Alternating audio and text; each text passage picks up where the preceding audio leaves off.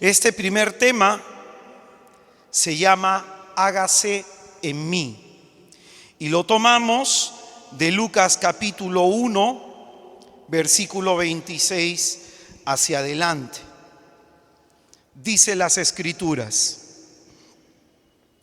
al sexto mes envió Dios el ángel Gabriel a una ciudad de Galilea llamada Nazaret, a una virgen desposada con un hombre llamado José, de la casa de David. Y el nombre de la virgen era María. Y entrando le dijo: alégrate, llena de gracia, el Señor está contigo. Ella se conturbó por estas palabras y se preguntaba qué significaría aquel saludo. El ángel le dijo: no temas, María, porque has hallado gracia delante de Dios. Vas a concebir en el seno y vas a dar a luz un hijo, a quien pondrás por nombre Jesús. Él será grande y se le llamará Hijo del Altísimo, y el Señor, Dios, le dará el trono de David su padre. Reinará sobre la casa de Jacob por los siglos, y su reino no tendrá fin. María respondió al ángel: ¿cómo será esto, puesto que no conozco varón? El ángel le respondió: el Espíritu vendrá sobre ti y el poder del Altísimo te cubrirá con su sombra. Por eso, el que ha de nacer será santo y se le llamará Hijo de Dios. Mira, también Isabel, tu pariente, ha concebido un hijo en su vejez, y este ya es el sexto mes de la que se decía que era estéril. Porque no hay nada imposible para Dios. Dijo María: he aquí la esclava del Señor, hágase en mí según tu palabra. Y el ángel, dejándola, se fue. Es palabra del Señor. Pues bien, quisiera empezar esta pobre reflexión citando algo que dice el Catecismo de la Iglesia Católica en su numeral 487. Lo que la fe católica cree acerca de María se funda en lo que cree acerca de Cristo. Repito, lo que la fe católica cree acerca de María se funda en lo que cree acerca de Cristo. Pero lo que enseña sobre María ilumina a su vez la fe en Cristo.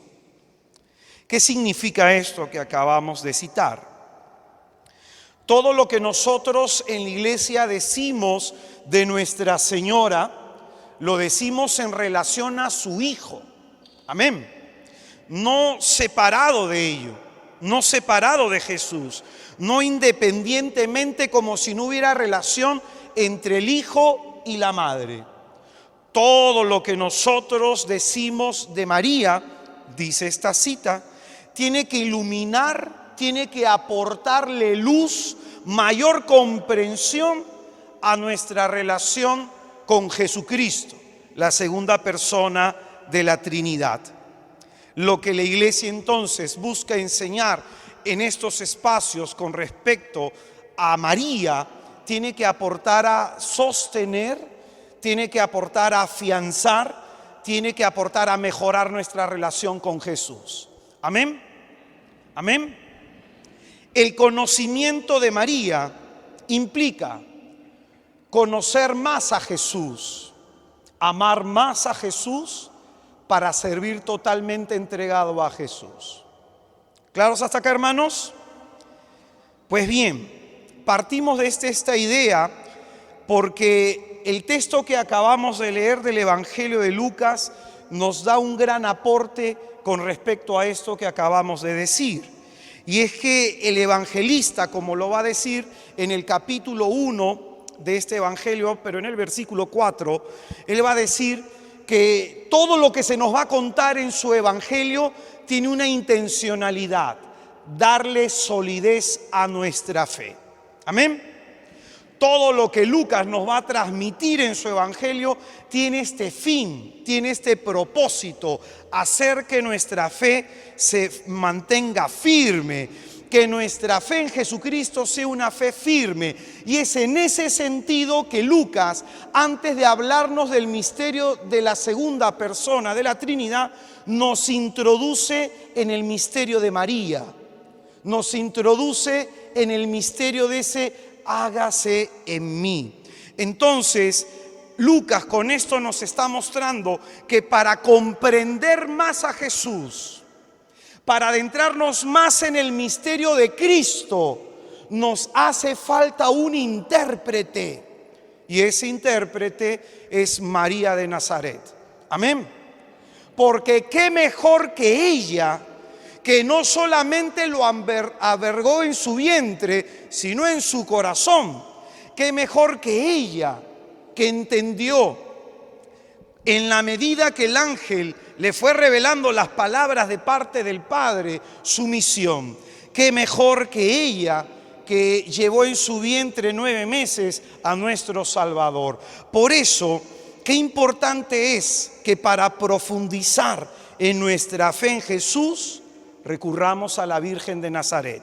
Amén. Y lo que Lucas nos va a presentar en este pasaje, él dice que de forma diligente se ha puesto a investigar todos los acontecimientos que tienen que ver con Cristo. De forma diligente él ha estudiado, él ha investigado, él ha ido a las fuentes, y lo primero, repito, que hace Lucas antes de introducirnos en el misterio de Jesús, nos introduce en el misterio de estas palabras, de este hágase en mí según su voluntad. Y en el sentido de que eso tiene que ver mucho con nosotros, tiene que ver mucho con nuestra relación con Dios.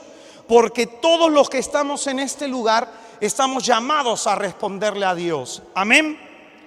Todos los que estamos en este lugar estamos llamados a responderle al Señor. Y es que la vida espiritual, la madurez espiritual consiste en esto, en responder a este Dios que se nos revela. No se crece espiritualmente si no le respondemos a Dios. No podemos vivir una vida en el Espíritu si nos pasamos toda la vida sin preguntarnos ¿qué quiere Dios de mí? No podemos vivir una vida santa sin cuestionarnos cuál es el propósito de Dios en mi vida. Y esto es lo que nos muestra Lucas a través de la Virgen. Se crece en la fe en la medida que a Dios se le dice hágase en mí. Amén. Por eso yo quisiera, hermano, que tú en esta santa noche te preguntes ¿cómo está tu relación con Dios? Porque a lo mejor nuestro cristianismo es de ir a la iglesia, de ir a nuestro grupo, de participar en alguna actividad religiosa, pero no nos involucramos más allá. No nos cuestionamos interiormente sobre lo que Dios quiere o espera de nosotros. Y nos podemos pasar toda la vida pensando que nos basta ser cristianos con cumplirle a Dios. Pero lo primero que se nos muestra en este texto, empezando el Evangelio, es que no se crece si no se le dice sí al Señor. Amén. Pues bien, entonces este texto nos va a presentar a través de la palabra de la Virgen que Dios desea encontrar en nuestro corazón un corazón dispuesto a hacer su voluntad. Repito, Dios desea encontrar en nuestro corazón un corazón dispuesto a hacer su voluntad. Dios quiere que no haya obstáculo en nuestro corazón para la realización de sus planes, proyectos y propósitos. Amén. Todos estamos llamados, como la Virgen, a engendrar, a concebir, a llevar dentro de nosotros y dar a luz a los propósitos de Dios. Todos estamos llamados a reproducir, a ejemplo de la Señora, aquello que Dios quiere en cada uno de nosotros. Dios quiere fecundarte con su vida. Dios quiere embarazarnos de su palabra, que en nuestro corazón y en todo nuestro ser more su Hijo. Quiere que nuestra vida sirva para que se realicen los sueños suyos, los propósitos suyos. Amén. Hermano mío, como va a decir el apóstol San Pablo en la carta a los Gálatas, capítulo 4, versículo 19. Gálatas, capítulo 4, versículo 19, dice la Escritura: hijitos míos, por quien sufro de nuevo dolores de parto, hasta ver a Cristo formado en vosotros. Y de aquí partimos para repetir esto. Dios quiere fecundarte con su vida. Amén. Dios quiere embarazarte de Él. Amén. Amén. Él quiere que su vida habite en nosotros para que nosotros se realicen sus sueños, sus planes y sus propósitos. Dios quiere que en nosotros crezca, se desarrolle y lleguen a dar a luz sus proyectos. Amén. Repito este texto de San Pablo: hijitos míos, por quienes sufro de nuevo dolores de parto, hasta ver a Cristo formado en vosotros. Dios quiere encontrar en ti, en mí, en nosotros, a alguien capaz de realizar sus propósitos. Dios en esta noche, a través de la Virgen, está buscando un corazón generoso, un corazón dispuesto, un corazón que quiera totalmente entregarse a Él para que su plan de salvación no encuentre obstáculo. Amén.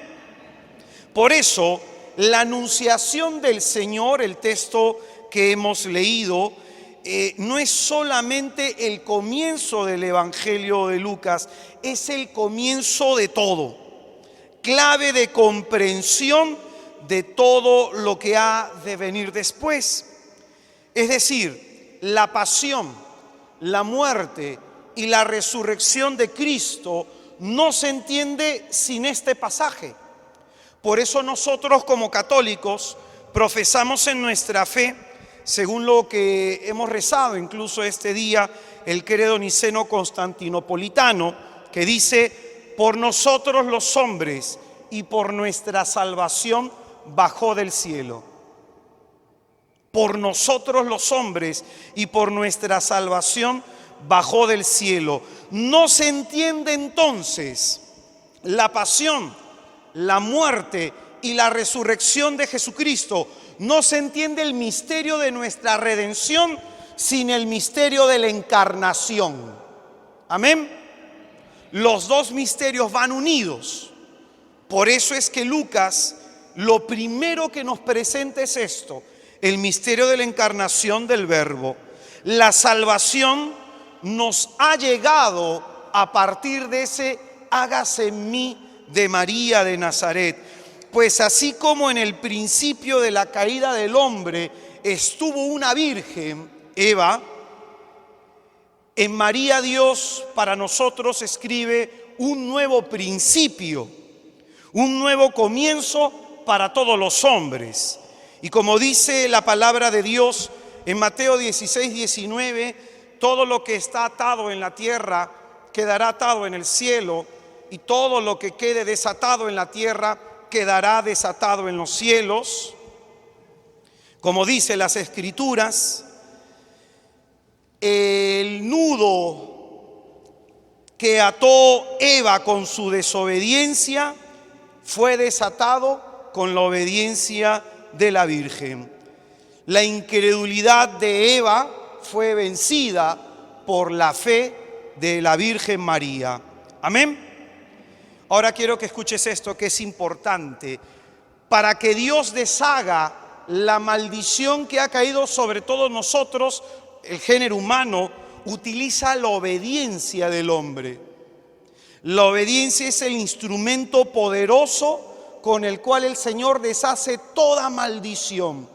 Por eso la palabra de Dios en Filipenses capítulo 2, en el versículo 8, Filipenses capítulo 2, en el versículo 8, nos dice que Jesucristo se hizo obediente hasta la muerte en cruz. Filipenses 2:8. La obediencia de Jesús nos ha salvado. Amén. Pues ahora quisiera que pienses en la obediencia de la Virgen. La obediencia de la Virgen es la exteriorización de su fe. ¿En qué se le nota la fe a la Virgen? En su obediencia. ¿En qué se nos nota a nosotros nuestra fe? En que nos sometemos a los planes, proyectos y propósitos de Dios. Ahí se nos nota nuestra fe. María entonces inaugura lo que San Pablo va a decir, la plenitud de los tiempos. Como también hemos escuchado el día de hoy en la liturgia, en la primera lectura, voy a volver a citarlo, Gálatas capítulo 4, versículo 4. Al llegar la plenitud de los tiempos, envió Dios a su Hijo, nacido de mujer, nacido bajo la ley, para rescatar a los que se hallaban bajo la ley y para que recibiéramos la condición de hijos. Por eso, repito, la anunciación del ángel a la Virgen inaugura la plenitud de los tiempos. Lo que estamos viviendo después de esa anunciación se conoce como los tiempos mesiánicos. ¿Y qué significa eso? Que son tiempos de gozo, son tiempos de alegría, son tiempos de esperanza, tiempos que nos dicen que Dios no se ha olvidado de nosotros. Por eso el saludo de Isabel a la señora, feliz tú, bienaventurada tú, por haber creído que las promesas del Altísimo se cumplirían. Por eso quisiera que entiendas este contexto en el que se presenta el ángel a la Virgen, más o menos para que lo podamos comprender. Dios, desde su último profeta Malaquías, había decidido por 400 años guardar silencio. Y escucha bien, ¿por qué Dios guardó silencio tantos años? Porque el pueblo era rebelde. Porque ¿para qué hablar Dios si no hay quien haga aquello que Dios pide? Entonces Dios, desde el profeta Malaquías, un silencio larguísimo de 400 años. Muchos judíos perdieron la fe. Por eso es que tú encuentras en la Escritura a un judío llamado Mateo y a otro judío llamado Zaqueo, que renunciando a su fe propia como judíos, que implican tres cosas: la raza, la ley y el templo, ellos se vuelven partidarios del imperio que les estaba dominando. Porque como Dios no hablaba, como Dios veía la opresión de su pueblo y no contestaba, entonces la gente comenzó a perder la esperanza. Se nos muestra en la Escritura una descripción espiritual de este contexto. Dice el Evangelio de Mateo, citando a Isaías, que los que habitaban en la mortal oscuridad, una luz les amaneció. A los que habitaban en parajes de sombra de muerte, una luz les ha venido. Y eso representa a Jesús. Jesucristo es la luz del mundo. Si a este mundo le quitamos a Jesús, el mundo queda en tinieblas, en oscuridad, y en caos. Y así se encuentra el hombre que vive sin Dios. El hombre que vive sin Dios vive con el corazón lleno de angustias, vive en constante sobresalto, preocupado por el mañana, desesperado por no saber qué hacer con su vida, porque camina en tinieblas, habita, como dice el Evangelio, en parajes de sombra de muerte. En ese contexto de oscuridad, en ese contexto de desesperación, en ese contexto de aparente olvido de Dios, aparece el ángel con estas palabras a la Virgen. Y de pronto, ¿qué significa? Que pasaron 400 años para volver a oír la voz de Dios. 400 años en el que Dios rompe su silencio porque ha encontrado en una Virgen de Nazaret el corazón dispuesto para decirle: hágase en mí según tu palabra. Amén. Ahora trasladémoslo a nuestra realidad. ¿Por qué Dios no nos habla? ¿Por qué a veces no lo escuchamos? ¿Por qué a veces vivimos sin saber cuál es su voluntad? Y andamos como que a tientas sin entender lo que Dios quiere. Porque no es que Dios no quiera hablarnos, es porque nosotros no nos hemos dispuesto para escucharlo. Porque quizás estamos más interesados en que Él nos escuche, en que nosotros lo escuchemos a Él. Quizás nuestra expectativa es que Él haga nuestra voluntad en vez de hacer nosotros la suya. Hermano, no es que Dios no quiera hablar, es que a lo mejor está hablando, pero no está hablando aquello que nosotros queremos oír. No está diciendo aquello que nosotros queremos escuchar. No está diciendo el Señor lo que nosotros esperamos de Él, sino que a lo mejor te está pidiendo algo a lo que tú no estás dispuesto a obedecer. Amén. El corazón de María está preparado para Dios. Normalmente en la tradición judía, cuando la que se casaba era una virgen, normalmente se casaban a la edad de 14 hasta los 16 años. Normalmente esa era la edad.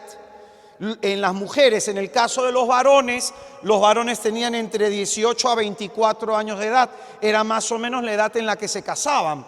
Y lo que nos muestra la Escritura es que esta mujer, María, tiene el corazón preparado por la oración, tiene el corazón preparado por la contemplación, totalmente abierto y dispuesto a lo que Dios le quiera decir.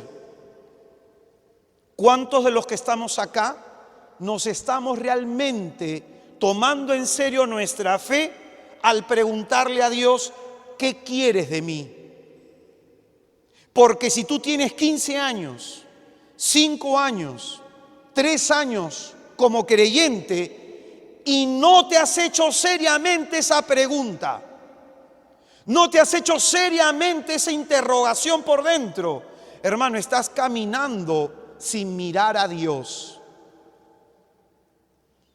Y muchos caminamos así, sin mirar a Dios a los ojos, por el miedo a lo que nos pueda pedir, por el miedo a que nos cambie los planes, porque nosotros ya tenemos nuestro proyecto de vida estructurado y para lo único que requerimos de Dios es para decirle: Señor, bendice este proyecto, Señor, que esto me salga, Señor, que esto me resulte, pero no estamos con la actitud de la Virgen de: ¿qué quieres de mí, Señor? ¿Qué deseas de mí, Señor? Y por eso, hermanos, a veces nuestra vida es infecunda, estéril, no es fructífera, porque no estamos abiertos a la vida. Amén. Amén. Porque si estuviéramos abiertos a la vida, entendiendo que Jesucristo, como dice Juan 14:6, es el camino, la verdad y la vida, si estuviéramos abiertos a la vida, otra cosa sería nuestra existir. Otra cosa sería nuestro ministerio. Otra cosa sería nuestra relación con nuestros hijos, nuestra relación con nuestro cónyuge. Viviríamos en un espíritu de servicio y de gratitud, porque en esta vida lamentablemente hay dos tipos de personas: los que viven para servir y los que esperan ser servidos. Entonces, lo que nos presenta Lucas es, de cara a lo que estamos pobremente tratando de enseñar, es que en María se cumple los tiempos mesiánicos. La alegría de la salvación. Por eso en el Evangelio tú vas a encontrar constantemente la palabra alegría, gozo. Si tú solamente lees los 3 primeros capítulos, cuenta cuántas veces aparece. Porque, ¿qué significa esto? La persona que vive de cara a Dios, la persona que vive con el corazón abierto a la voluntad de Dios, vive alegre. Pues dice la Escritura en Hechos capítulo 20, versículo 35, hay más gozo en dar que en recibir.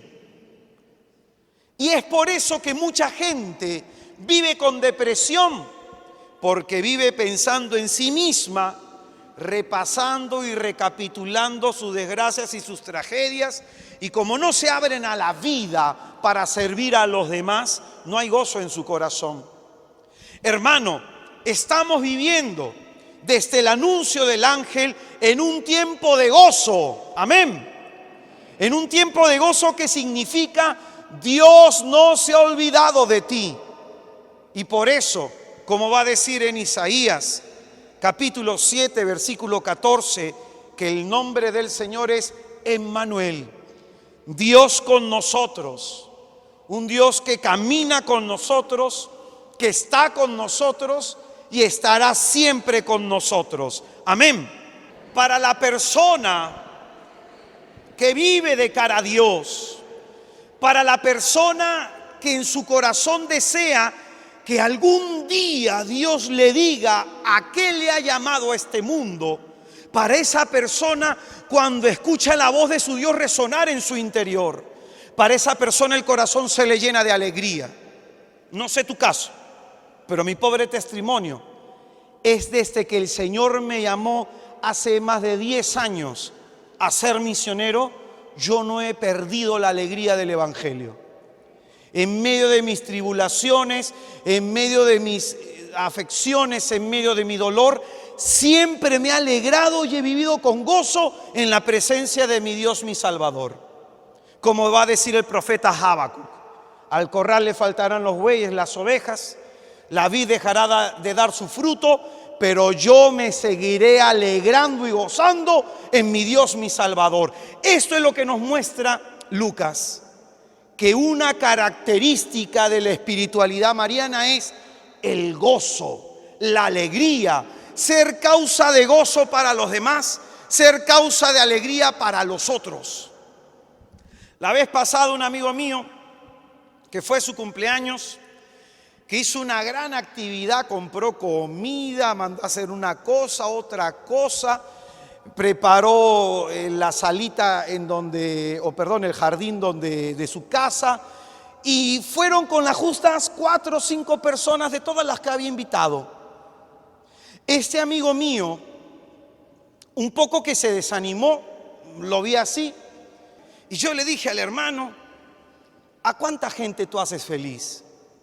Porque a lo mejor estás esperando que te vengan a celebrar, pero tú ¿a cuánta gente haces feliz? ¿A cuánta gente llamas y le preguntas cómo estás? ¿A cuánta gente le mandas un mensaje de texto y le dices estoy orando por ti? ¿A cuánta gente en verdad le demuestras que estás interesado por él o por ella?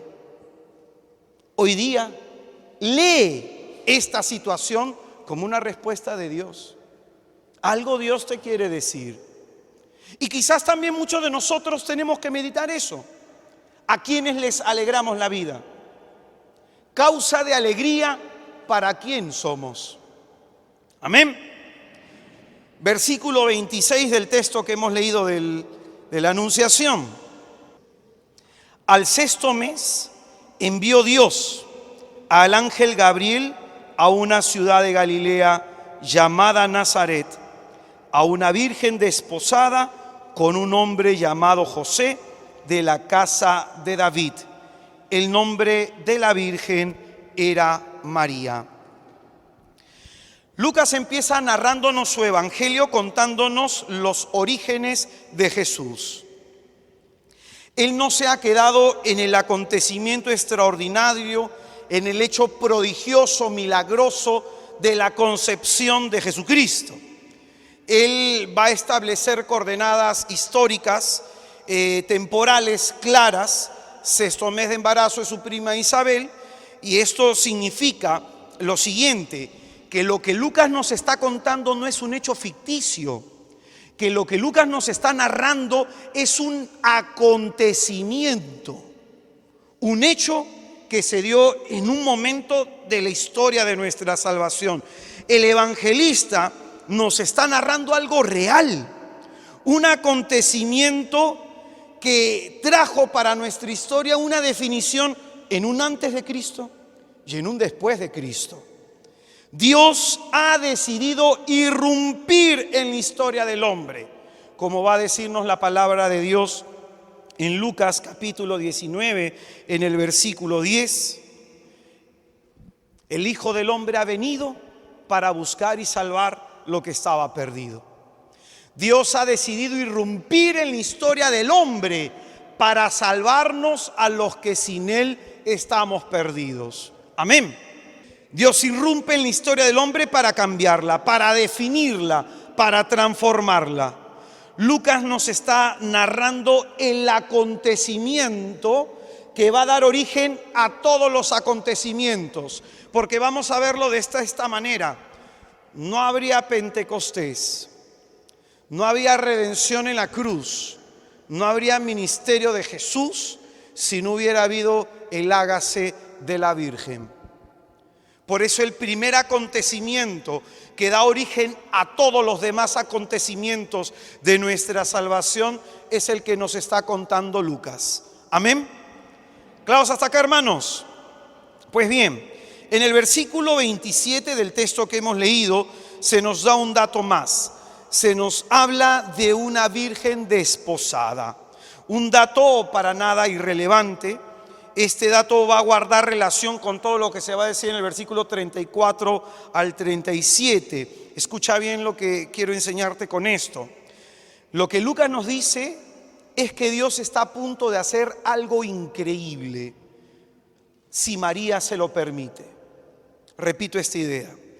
Dios está a punto de hacer algo increíble, algo que el ojo no vio, algo que el oído no oyó, algo que el corazón no pudo imaginar, los planes que Dios ha determinado para los que le aman. Dios está a punto de hacer algo increíble si es que María se lo permite. Amén. María va a concebir de una forma extraordinaria, de una manera sobrenatural. Su óvulo va a ser fecundado no por un espermatozoide, va a ser fecundado por el mismo Espíritu Santo, como dice la Escritura, que la va a cubrir con su sombra. Que la va a cubrir con su sombra. En ese contexto y pensamiento judío, cuando bajaba la nube sobre la tienda del encuentro, por eso es que en este pasaje se nos presenta a María en relación a la Trinidad. El ángel va a traer las palabras del Padre. El Espíritu Santo va a tocar su vientre para que en él se forme el cuerpo de Cristo. Por eso nunca se va a hablar solo de María de forma independiente, sin relación a la Trinidad, porque ella ha sido envuelta en el misterio de la Trinidad. Amén. Lo que se nos muestra entonces, que la forma sobrenatural en la que la Virgen va a concebir, esto es un hecho único, irrepetible, un acontecimiento que nunca más se verá ni que se ha visto. Porque si bien en las Escrituras se nos van a hablar de mujeres estériles que han quedado embarazadas en tiempo en que no deberían haberlo quedado, en María esto nunca ha pasado. Nunca se ha oído que el Espíritu Santo fecunde a una mujer. Lo que está pasando es un hecho único. Amén. Y esto hay que resaltarlo. Es un hecho único. Y la razón por la que ella va a concebir de esta forma, como nos va a decir el versículo 32 de este texto, es que lo que va a concebir en su seno es el Hijo del Altísimo. Hay muchas mujeres que tienen dificultad para entender esto, porque ellas dicen: hermano, yo he concebido de esta forma y he parido de esta manera. ¿Por qué la Virgen ha tenido que ser distinto? Porque lo que hay en su vientre es el Hijo del Altísimo. Amén. Y ahí simplemente se marca la diferencia. Jurídicamente María está desposada con José, pero más o menos para que entiendas, ahí cuando se pide la mano de la mujer, más o menos se toma un tiempo antes de que vivan juntos, porque el desposorio consiste en que la mujer pasa conviviendo con todas las mujeres del pueblo para enterarse todo lo respecto a cocinar, a hacer pan, a coser, todo lo que tenía que encargarse de la casa, porque ellas eran las administradoras del hogar. Entonces las mujeres, antes de irse a vivir con el varón, primero estaban en esa etapa de preparación. Amén. Es en ese sentido que nos encontramos en ese contexto. Jurídicamente la Virgen está desposada con José, por eso ella le va a decir al ángel: no conozco varón, no ha tenido relaciones conyugales. La reacción de José al enterarse de que María estaba embarazada demuestra cuánto nos cuesta entender en profundidad el misterio de la encarnación. Porque si José, siendo un santo varón, no entendió cuando la Virgen le dijo que lo que había en su vientre era fruto del Espíritu Santo, no lo comprendió, porque la razón se queda pequeña ante la magnificencia de los planes de Dios. Sin embargo, dice la Escritura que, para no repudiarla, nos va a decir el Evangelio de Mateo, decide hacerlo en privado. Y es ahí que el mismo ángel es enviado a advertirle a José que lo que hay en el vientre de María es fruto y gracia del Espíritu de Dios. Entonces, yo quiero aprovechar ese ejemplo para mostrar lo siguiente: que si a José, un santo varón, le costó comprender el misterio de la encarnación, cuánto más a nosotros. Y si él tuvo que ser ayudado y asistido por la gracia de Dios, revelándosele en sueños la condición de María, cuánto más tenemos que ser asistidos nosotros para profundizar en este misterio. Además, el Señor dijo que hay cosas que solamente se le revelan a los pequeños y humildes y se guardan de los sabios y entendidos. ¿Cuántos pequeños y humildes habrán acá? Entonces, a veces nos cuesta creer en que Dios quiere realizar en nosotros y a través de nosotros cosas grandes. Repito esta idea. Nos cuesta creer, nos cuesta entender que Dios quiere realizar cosas grandes, imposibles, aparentemente, a través de nosotros. Amén. Por eso las palabras del ángel en el versículo 37, nada es imposible para Dios. A lo mejor tú y yo, que estamos sentados acá, nos ponemos a pensar de que Dios no nos ha llamado para cosas grandes, de que Dios no tiene grandes proyectos para nosotros, que nuestra vida es sencilla, que nuestra vida de pronto Dios no nos va a pedir cosas así como se la ha pedido a otras personas. Hermanos, por eso a veces nuestra limitación, nuestra incapacidad para comprender y para descubrir los planes y propósitos de Dios. Hermano, Si tú estás en este taller, significa, escucha bien, que Dios está a punto de hacer algo increíble en tu vida. Si tú se lo permites. Pero quiero repetirte esto. Dios está a punto de hacer algo increíble en tu vida, pero a lo mejor tú ves tu miseria, tú ves tu pecado, tú ves tus debilidades, tú ves que a lo mejor sí, pero yo no estudio teología, o yo no tengo tal experiencia en la fe, o a mí me falta esto, o a mí me falta el otro. A lo mejor tú ves tu pequeñez, tú ves tu falta de formación y hasta tu propia debilidad moral. Pues bien, eso, hermano, es un bloqueo para poder pensar que Dios nos ha llamado a ser cabeza y no cola. Amén. Versículo 28 de este texto que hemos leído de la Anunciación dice: y entrando, es decir, el ángel en presencia de la Virgen, le dijo: alégrate llena de gracia, el Señor está contigo. La forma como el ángel llama a la Virgen es muy interesante. Un amigo evangélico, un amigo que estimo mucho, es un pastor pentecostal. Cuando estábamos estudiando este texto los dos, él desde su teología, yo desde la mía, él me dice y me comienza a citar muchos textos de la Escritura en donde dice en que ese saludo, de pronto el que el ángel tiene para con la Virgen, él me dice, en este saludo simplemente el ángel está diciendo a María que ha ganado un favor, que ha obtenido gracia ante los ojos de Dios. No como lo obtuvo algunas personas en ese contexto salvífico del Antiguo Testamento. Y yo le digo, estás en un error por dos cosas. Porque él me dice que en este saludo, específicamente el ángel le dice esto a la Virgen: ¿sabes qué? Has encontrado favor ante Dios, gracia ante Dios. Y yo le explicaba lo siguiente, dos teorías que le decía. María es judía y la Escritura dice que ella no entiende el saludo del ángel.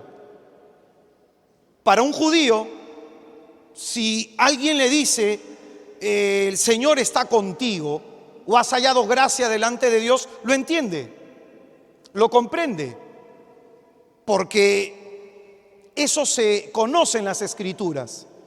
Pero si María no lo entiende, es porque ese saludo quiere decir algo completamente distinto a lo que se supone. Si tú te fijas en el texto, dos veces aparece la palabra gracia. Y aparece de distinta forma: alégrate llena de gracia, el Señor está contigo. Amén. Y después dice: no temas, María, porque has hallado gracia delante de Dios. Dos veces aparece, pero no en la misma dirección ni en el mismo sentido. Le explicaba a mi amigo, aquí de pronto el ángel pudo haber dicho: alégrate, María. ¿O no? Alégrate, María, el Señor está contigo. Pero intencionalmente el ángel le cambia el nombre. ¿Y por qué le cambia el nombre? En el pensamiento judío, cuando Dios le cambiaba el nombre a alguien, era en orden a su misión.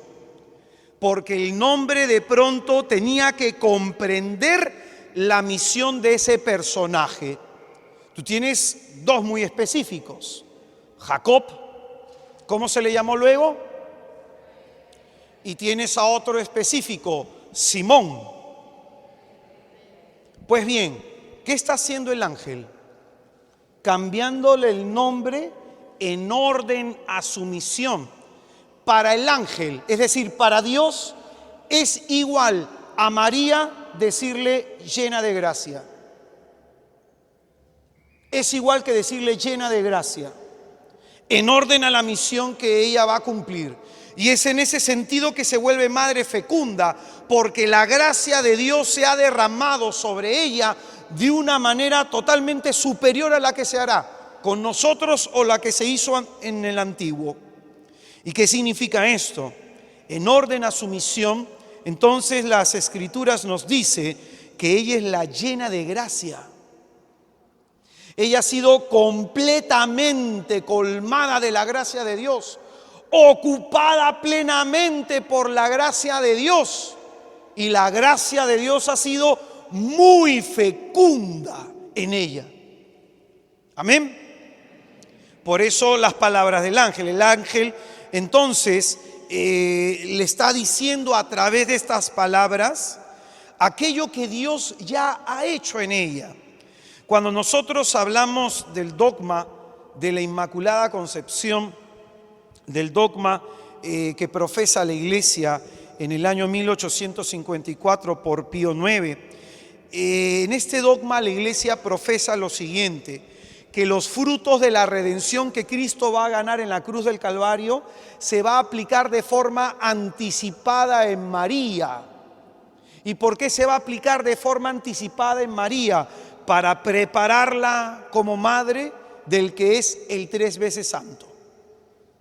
Y es en ese sentido que la Virgen ha sido colmada, totalmente habitada por la gracia de Dios. Y al decir que es inmaculada, fue por la misericordia del Señor en orden de nuestra salvación, preservada de mácula, de toda mancha de pecado. Entonces encontramos en estas palabras del ángel que hasta la misma María se sorprende porque no entiende este saludo. La misma María se sorprende porque no es común para los judíos escuchar este tipo de saludo.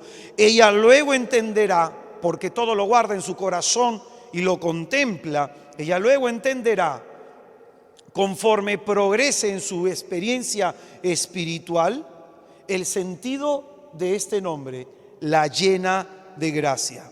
Con este dogma entonces la Iglesia nos muestra algo que es importante. Esto es lo que Dios ha querido para toda la humanidad. Como va a decir la carta a los Efesios capítulo 1, versículo 4, lo que Dios ha querido para todos nosotros es que miremos en María el prototipo de cristiano, de creyente esperado por Dios.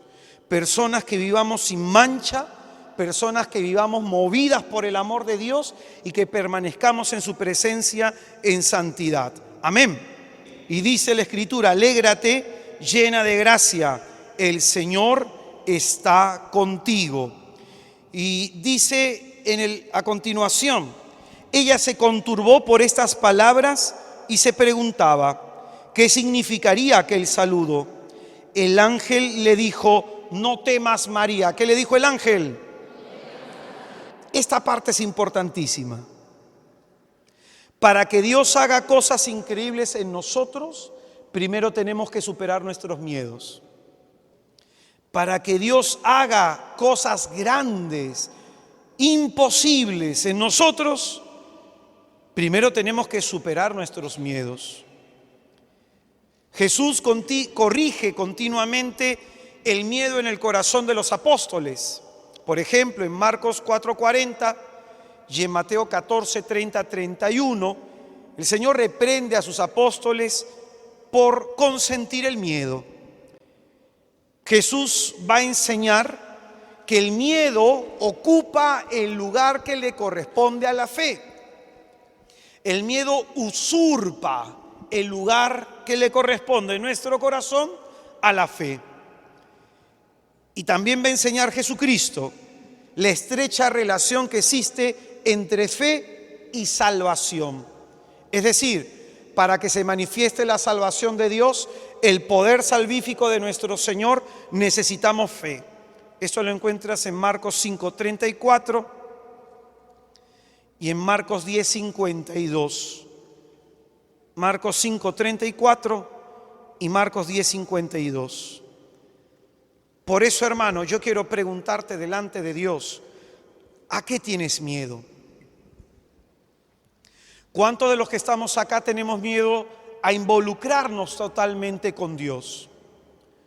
¿Cuántos de los que acá tenemos miedo a no solamente meter la mano en el arado, sino dedicarnos a trabajar en la mies de Dios? ¿Cuántos de acá vivimos con miedo de que si nos pasa algo con los hijos, si nos pasa algo en el matrimonio, si nos pasa un problema por aquí, un problema por allá, y vivimos tan llenos de miedos? Y no nos atrevemos a avanzar no nos atrevemos a realizarnos, no nos atrevemos a soñar por miedo.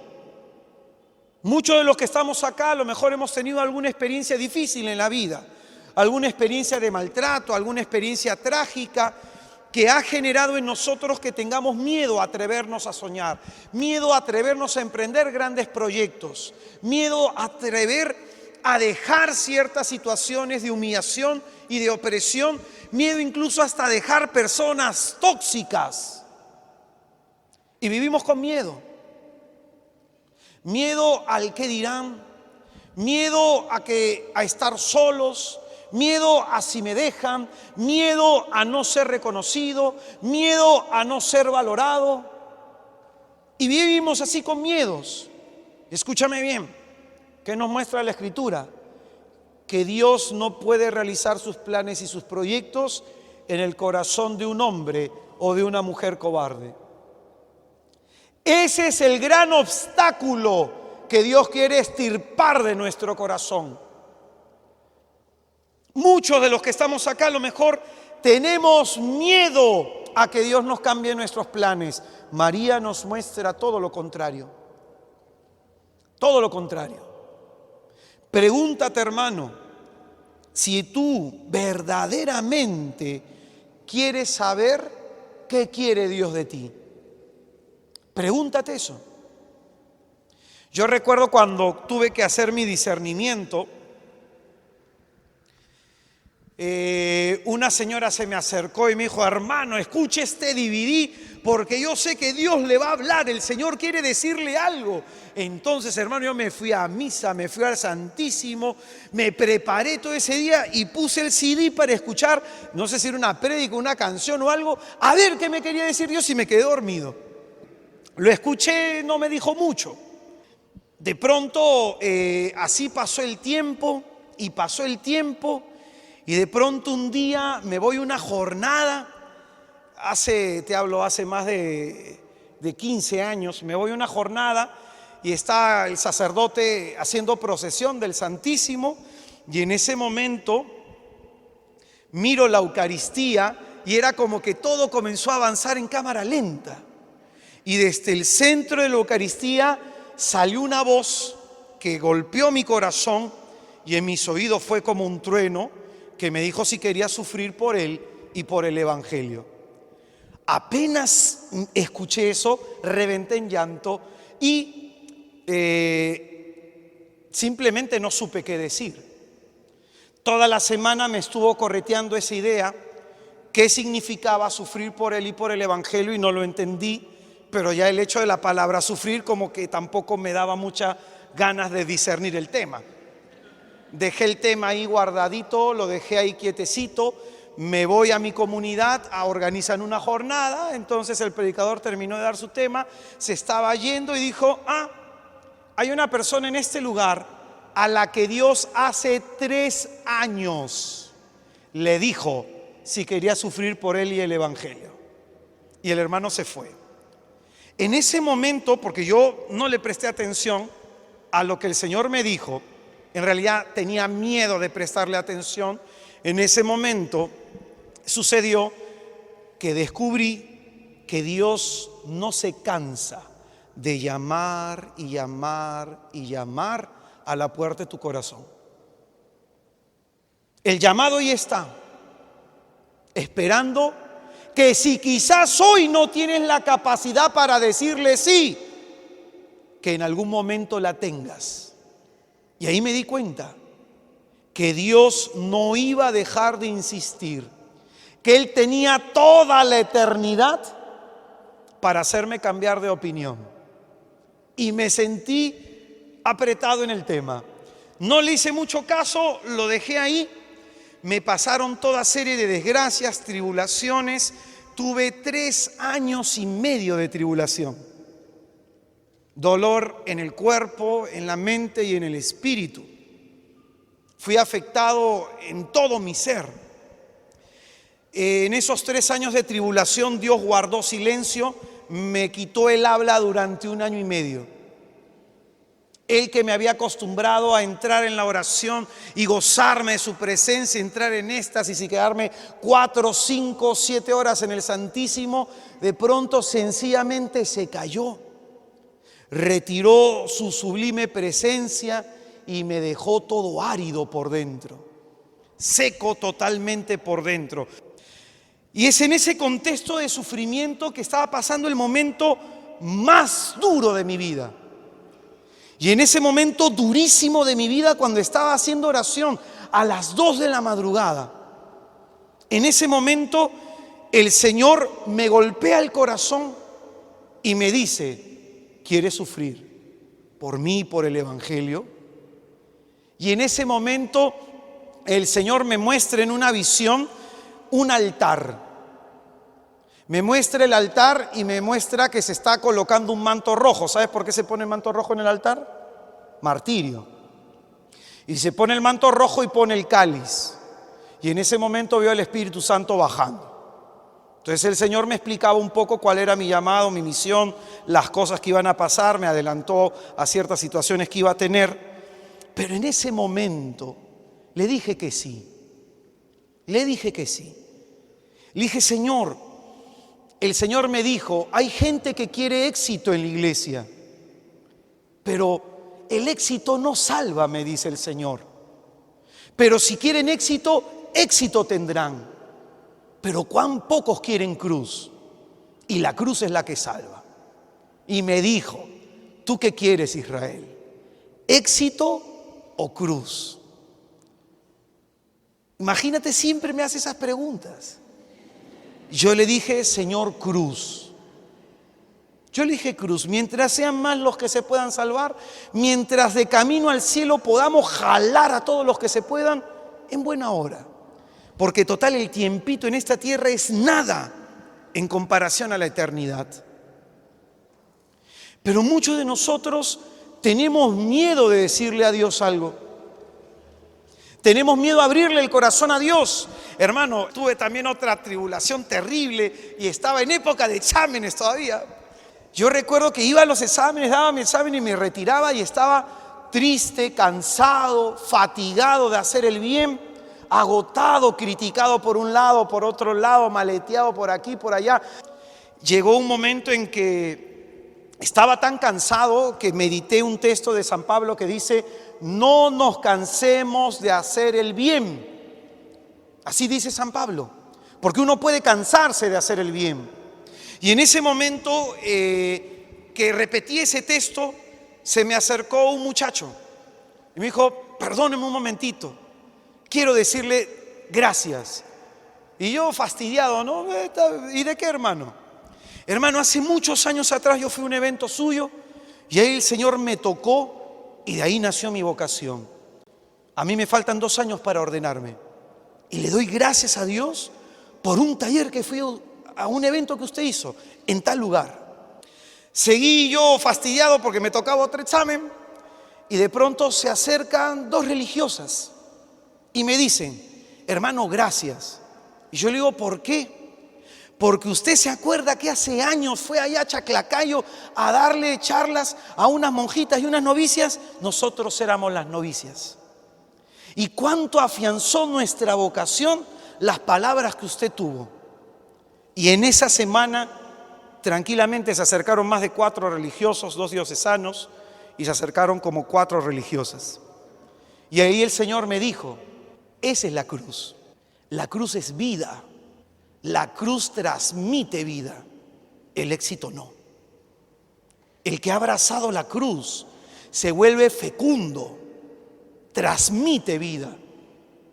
En Chiclayo, una persona se me acerca y me dice: hermano, yo he sido mujeriego, mi mujer ha sufrido, pero un día yo vine a una charla que usted hizo allá y sentí que Dios me hablaba al corazón.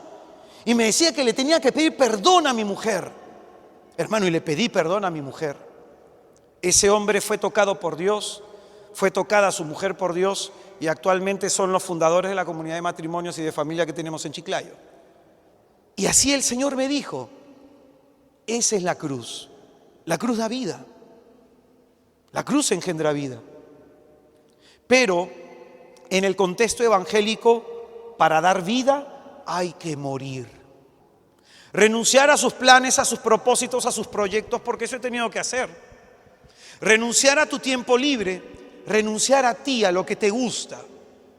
Hermano, yo hay veces que yo no sé, el Señor sabrá por qué, estoy tan cansado y tan saturado que de pronto te escribe gente por un problema, por otro problema, por otro problema.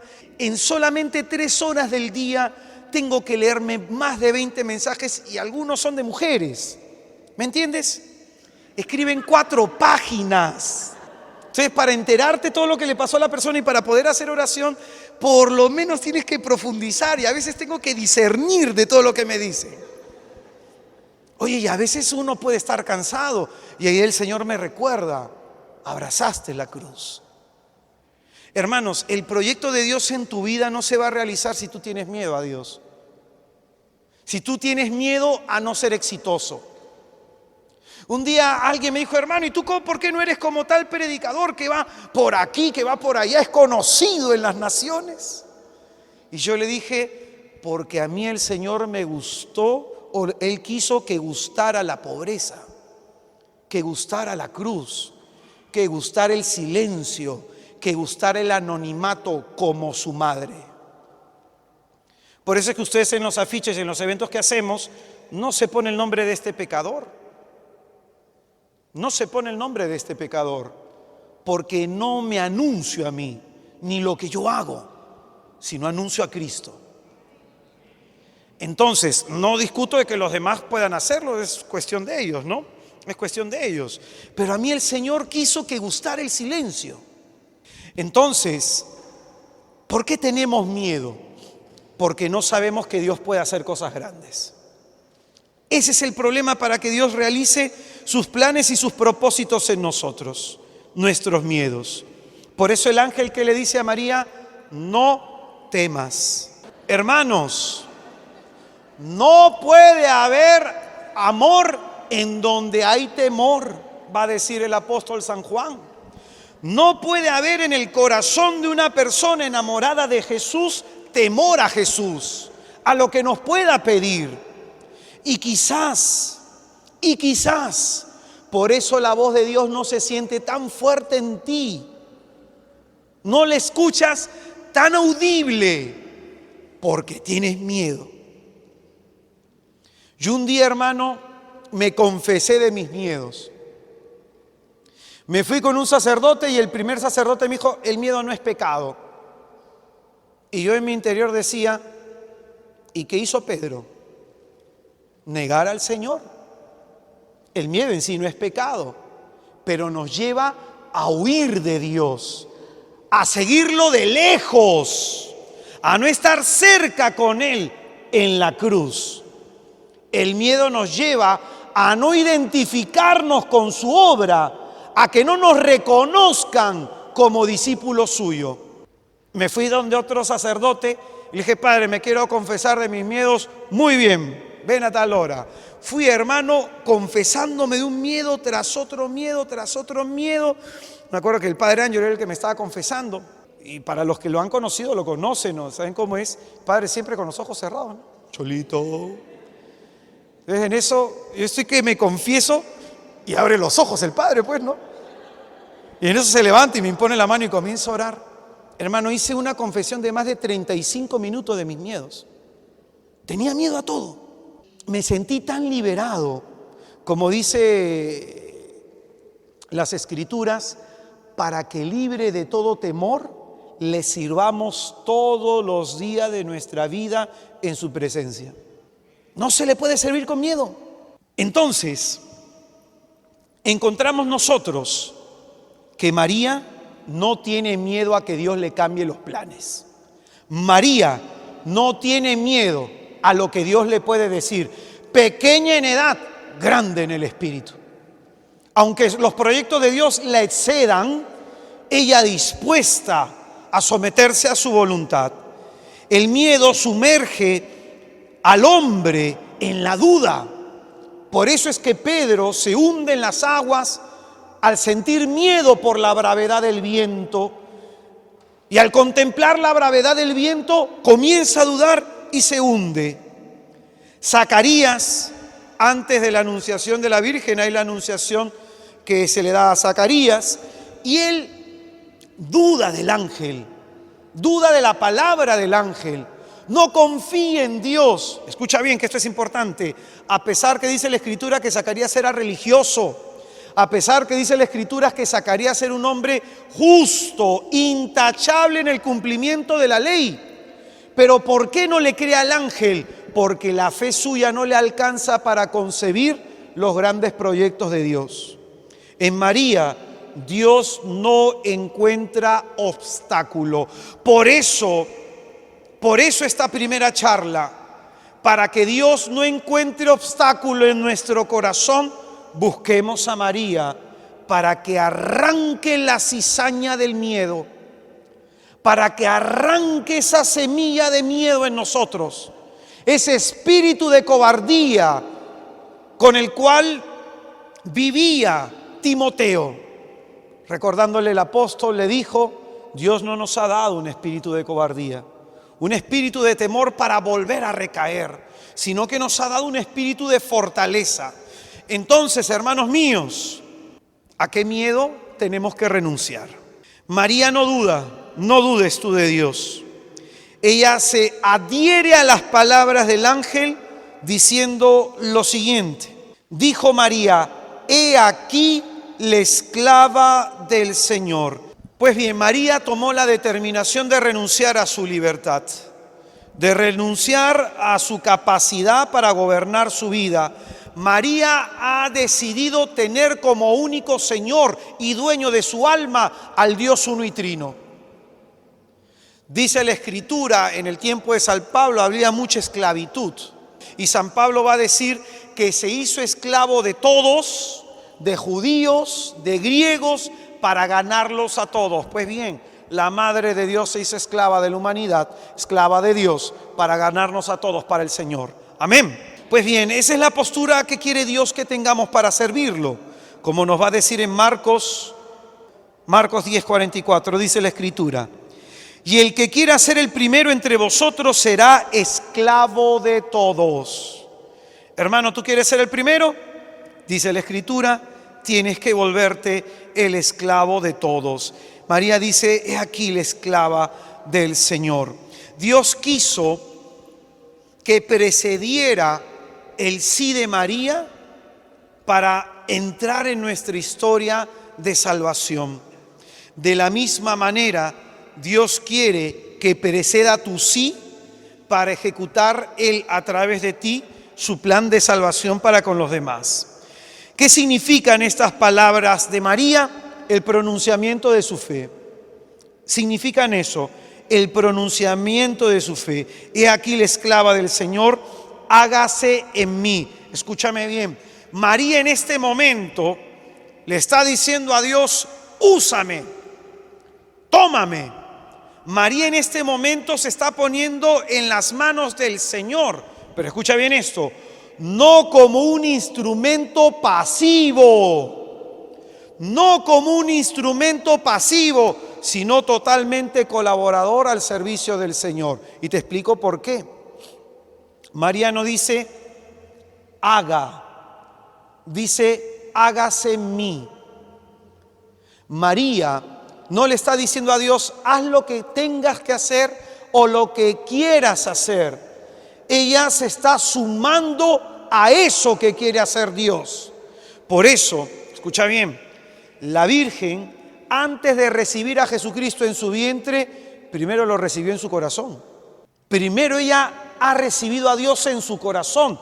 Su corazón está totalmente moldeado a realizar el plan y el propósito de Dios. ¿Y esto qué significa? De que a veces nosotros podemos servir solo exteriormente, pero no comprometernos con la obra. Es decir, tengo que predicar, preparo mi tema, doy mi tema, pero no me interesa la gente. No oro por la gente, no ayuno por la gente. Si alguien se me acerca a preguntarme, no trato de tener una palabra para ayudarle. Si alguien me pide oración, no trato de ayudarle en oración. Simplemente no me comprometo más allá de los límites del trabajo propio que tengo que hacer. Por ejemplo, yo tenía un amigo mío, un buen músico, que un día yo le pedí que dejara de tocar y le expliqué por qué. Porque no transmite Espíritu Santo. Y le explicaba a este hermano, ¿por qué no transmitía Espíritu Santo? Porque simplemente se estaba concentrando, tengo que hacer esto, tengo que hacer lo otro, tengo que hacer aquello. Pero no oraba, no ayunaba, no tenía preocupación por la salvación de las almas. Y al no tener preocupación por la salvación de las almas, no me preparo primero en el corazón antes de brindar un servicio. Y es en ese sentido lo que estamos diciendo. Primero a Dios se le recibe en el corazón. Ahí se le recibe. ¿Cuántas personas sirven a Dios sin estar confesadas? ¿Cuántas personas sirven a Dios sin haber estado una hora en el Santísimo? ¿Cuántas personas sirven a Dios sin vivir la Eucaristía? ¿Cuántas personas sirven a Dios sin haber estado en intimidad con Él? ¿Y sabes qué significa eso? Podemos hablar de un Dios que no conocemos. Podemos hablar de un Dios de teoría aprendida, pero no un Dios en quien hemos experimentado un amor profundo. María entonces ha recibido primero en su corazón y luego en su vientre al Verbo de Dios. Amén.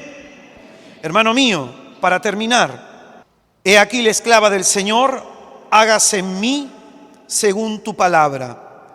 Ella nos enseña, ¿se acuerdan ustedes la parábola del sembrador?